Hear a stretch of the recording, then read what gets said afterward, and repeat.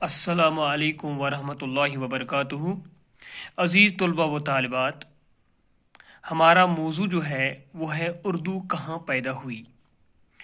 بچوں، کل میں نے آپ کو اردو کہاں پیدا ہوئی جو مضمون ہیں، تمہید میں نے آپ کو بتایا کہ لفظ اردو کے معنی اور اردو زبان برصغیر میں اردو زبان کی حیثیت کے بارے میں نے چند باتیں آپ کو بتائی، اور بچوں آج پھر اسی موضوع پر چند ایک باتیں پھر آپ تک پہنچاؤں گا انشاءاللہ۔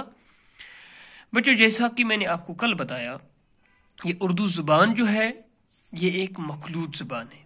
کل کے لیکچر میں نے آپ کو بتایا مخلوط زبان سے کیا مراد ہے، یعنی یہ ایک ملی جلی زبان ہے۔ اور بچوں، جہاں تک اردو زبان کی پیدائش، جائے پیدائش کا تعلق ہے، بچوں یہ اردو زبان ایک ایسی زبان ہے جس کی جائے پیدائش کے سلسلے میں ماہر لسانیات کے نظریات میں اختلافات ہیں، یعنی ماہر لسانیات نے متضاد نظریے پیش کیے، کیونکہ یہ برصغیر کی ایک ایسی واحد زبان ہے جو کسی علاقے اور خطے کی زبان نہیں ہے۔ بچوں، میں آپ کو یہاں پر ایک بات بتاؤں، برصغیر جو ہے بچوں، اس برصغیر کو زبانوں کا عجائب خانہ کہا جاتا ہے، کیونکہ یہاں لاتعداد چھوٹی بڑی زبانیں بولی جاتی ہیں، اور ان تمام زبانوں کے خطے اور علاقے متعین ہیں، مقرر ہیں۔ یہی وجہ ہے کہ ان زبانوں میں بیشتر زبانوں کے نام اپنے اپنے خطوں اور علاقوں کی نسبت سے قرار پائے ہیں، تعلق سے قرار پائے ہیں۔ جیسے میں آپ کو بتاؤں، بنگال کی زبان بنگالی ہے، یعنی وہ بنگال جو ہے وہ ایک خطہ ہے، اور اس بنگال کی وجہ سے اس زبان کا نام پڑا ہے بنگالی۔ اس طرح سے سندھ کی زبان سندھی ہے، گجرات کی زبان گجراتی ہے، پنجاب کی زبان پنجابی ہے، اور کشمیر کی کشمیری، اور لداخی وغیرہ۔ اور ان زبانوں کے برعکس، میں نے آپ کو بتایا برعکس لفظ، برعکس کے معنی ہے برخلاف، ان کے برعکس اردو برصغیر کی واحد زبان ہے جس کا کوئی علاقہ یا مقام متعین نہیں۔ یہ برصغیر کے تمام علاقوں اور خطوں میں بولی اور سمجھی جاتی، یعنی برصغیر کے تمام خطوں اور علاقوں میں اس کے بولنے والے کم یا زیادہ نظر آتے ہیں۔ اس اردو کے برعکس اگر ہم برصغیر کی دوسری زبانوں کا ذکر کریں گے تو بچوں، کشمیری زبان جو ہے یہ کشمیری علاقے میں بولی جاتی ہے۔ کشمیر سے باہر آپ جاؤ گے بچوں، کہیں آپ کو کشمیری زبان جو ہے یہ اس کا نام و نشان نہیں ملے گا۔ سندھی زبان سندھ علاقے میں بولی جاتی ہے، لیکن سندھ سے باہر نکل کر سندھی زبان کہیں نہیں بولی جاتی ہے۔ پنجاب زبان جو ہے، پنجابی زبان جو پنجاب علاقے میں بولی جاتی ہے، اس سے باہر نکلو گے تو آپ کو پنجابی زبان بولنے والے نہیں ملیں گے۔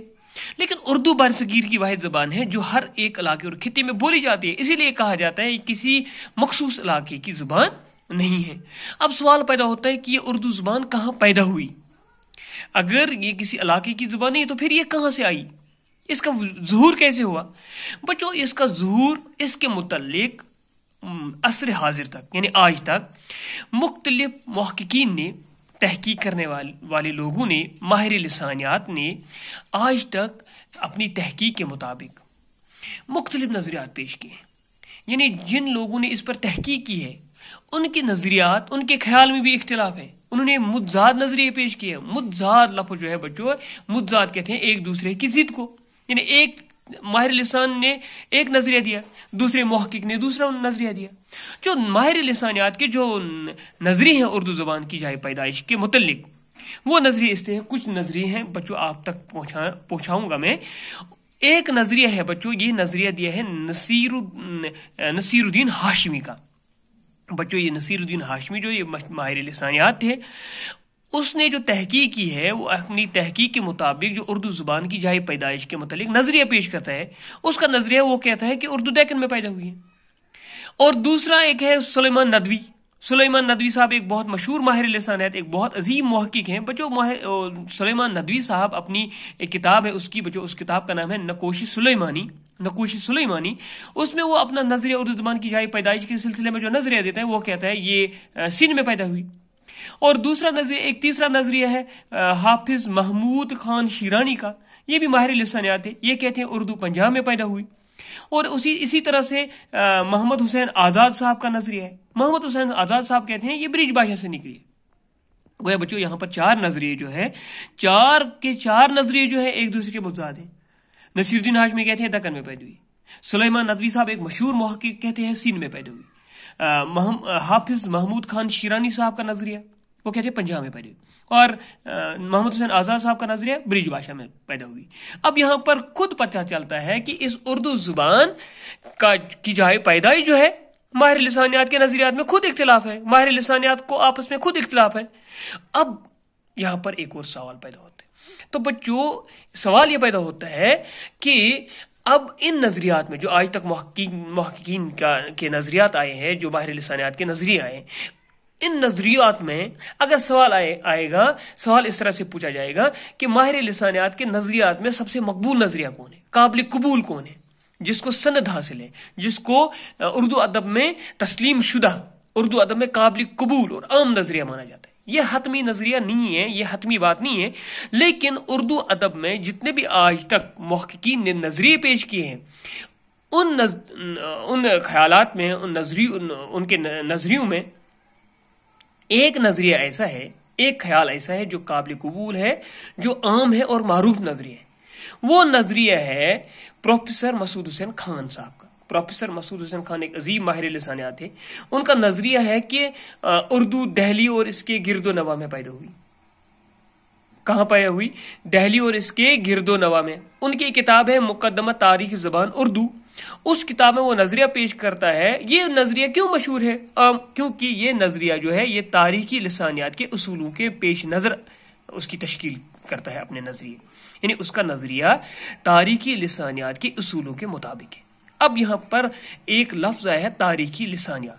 یہ تاریخی لسانیات کیا ہے بچوں؟ تاریخی لسانیات کی وہ شاخ ہے جس میں زبان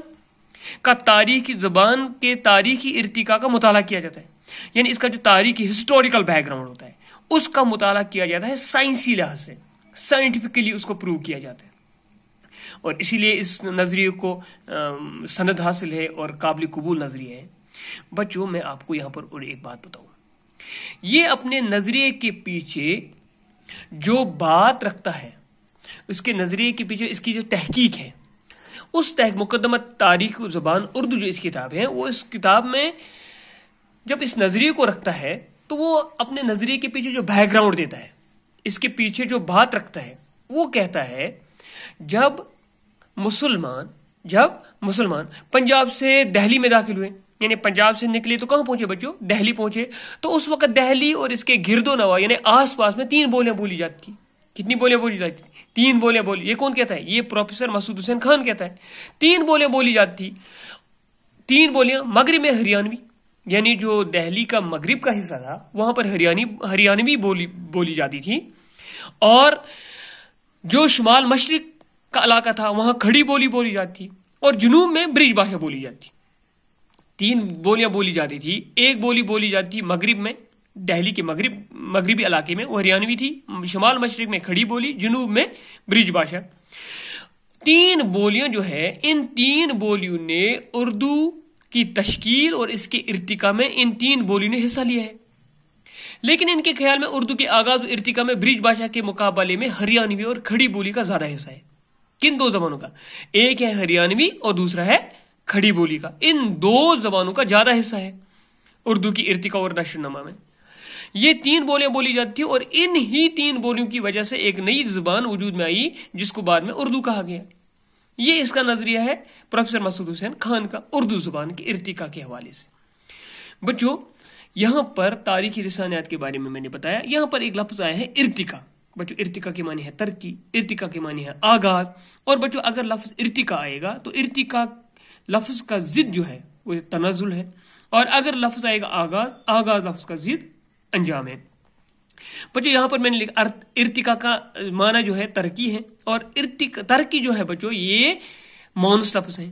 کیا لفظ ہے؟ مونس ہے. کیونکہ ہم جب اس کو جملے میں استعمال کریں گے تو اس عورت نے ترقی کی، اس مرد نے ترقی کی. کو ترقی جو ہے بچوں یہ مونس ہے.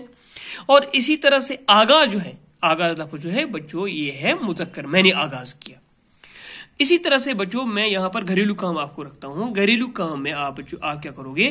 یہاں پر 5 الفاظ ہیں: بات، اخبار، رحمت، انصاف اور کھیت. ان الفاظ کی تذکیر و تانیث کرنی ہے اور میرے واٹس ایپ نمبر پر سینڈ کرنا ہے.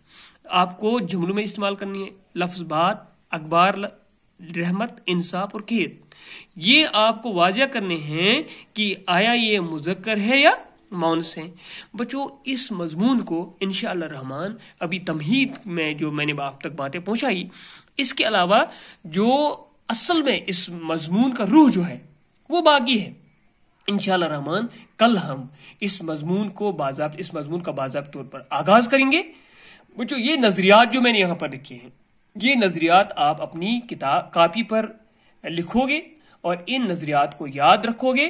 اور بچوں یہاں پر ایک اور بات مجھے آپ کو بتانی تھی، وہ یہ کہ ایک تو یہ مغرب، شمال، جنوب، مشرق، اور یہ سمتیں ہیں، اطراف ہیں، جوانب ہیں. ان اطراف اور جوانب کے بارے میں کل انشاءاللہ الرحمن اگر مجھے موقع ملا تو میں ان پر ایک لیکچر آپ تک پہنچاؤں گا. یہ اطراف جو ہے شمال مشرق کہاں پڑتا ہے، میں نے پھر بھی یہاں پہ ایک ڈائیگرام، ایک نقشہ کھینچا ہے.